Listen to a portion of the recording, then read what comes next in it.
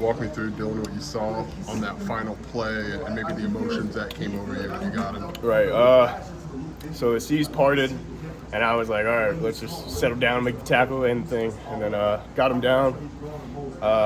Yeah, I mean, just overcome with emotion, to be honest. I took a step back and kind of just looked across. I didn't have the easiest week mentally, so just being able to push through. Got to credit that to, the man upstairs, to the people in my corner, and to my teammates and my coaches, just to, help me get through what I got through. Do you mind? Like, what was challenging about the week? It's just, I guess coming off a game where I thought I could have done better. It's just, sometimes as athletes we put ourselves in little storms, and my people helped me get out of that. Dylan, you just beat your ranked team on the home crowd with a big crowd.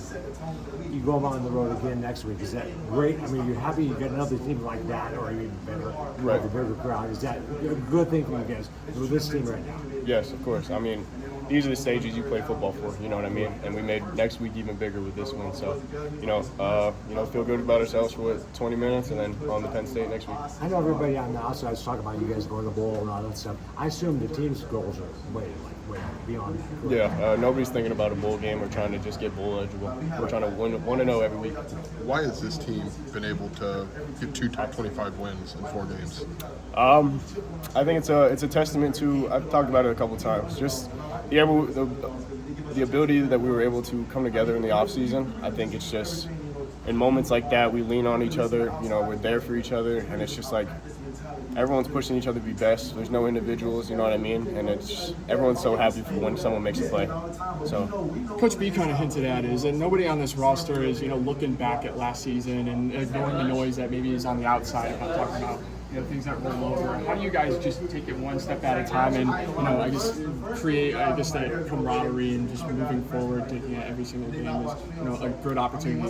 Right. I think it started as far as coming together in the offseason. We emphasized it defensively. I've talked about it. We had a couple cookouts, just got together just to, bond as humans and not as football players. And then as far as, just the 1-0 mentality, just taking every week as it comes, I think that's something that is reiterated top down. Okay, you talk about cookouts, so who's the chef? I was actually cooking burgers, but Krutz was cooking some ribs. We had some steaks on there. Strain was cooking some chicken. Everybody was getting in on it. So everybody's getting in a good mood after a good cookout. Right, yes sir. All right. What did pressure? He told you guys that you could control the volume tonight. Did you feel that maybe after big plays, or just draw the energy out of the crowd? Right. I mean, every time we scored a touchdown, it was like, did we score? Because it was just silent. So I mean, it was really cool just to go into a hostile environment and like this and just silence the crowd a little bit and get the win.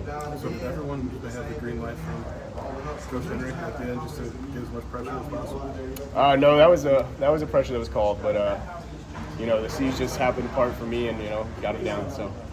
Coach B talked about wanting to heat up Ravel a little bit in the second half. What would you notice with him, with pressure? What changed about him when you guys were able to get some pressure on him? Right, obviously a great player. He made some throws today where it was just like, holy, you know what I mean?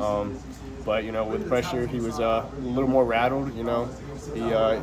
We emphasized his ball security in the pocket, so we were able to take advantage of that sometimes. Didn't come up with the ball, but in big moments we got some sacks that ended in fumbles. That pushed him back. How do you guys bounce back from those big moments like that? Like they had plays that could have swung, given the crowd and just kind of everything. And you guys weathered that. Like, how do you do that as a defense? I think it's just like I said again, top down.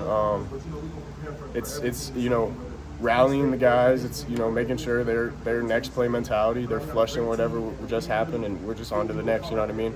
The only play that matters is the next. What do you think getting 3 straight sacks to end the game? Maybe the game, especially a game like this, just be a boost for this defense. Right. I think it gives us a little momentum going into next week for sure. Just the overtime win as it is, especially with 3 sacks, finishing it off. But like I said, 1-0 next week, figure out what we got to do for Penn State. Do you get a feel of what this win and the 4-0 start might mean to Illinois fans? I think it's big to Illinois fans, but hopefully we can keep making them proud.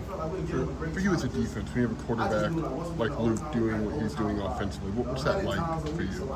I mean, it's fun to watch, man. I mean, just the the way he is able to, extend plays, get the play when we need it. I mean, we had some third downs where it was like, I'm getting ready for punt team, and then I'm like, all right, we got it, so we can go back to the bench. So I mean, it's just having that at the quarterback position, helps out the team a lot.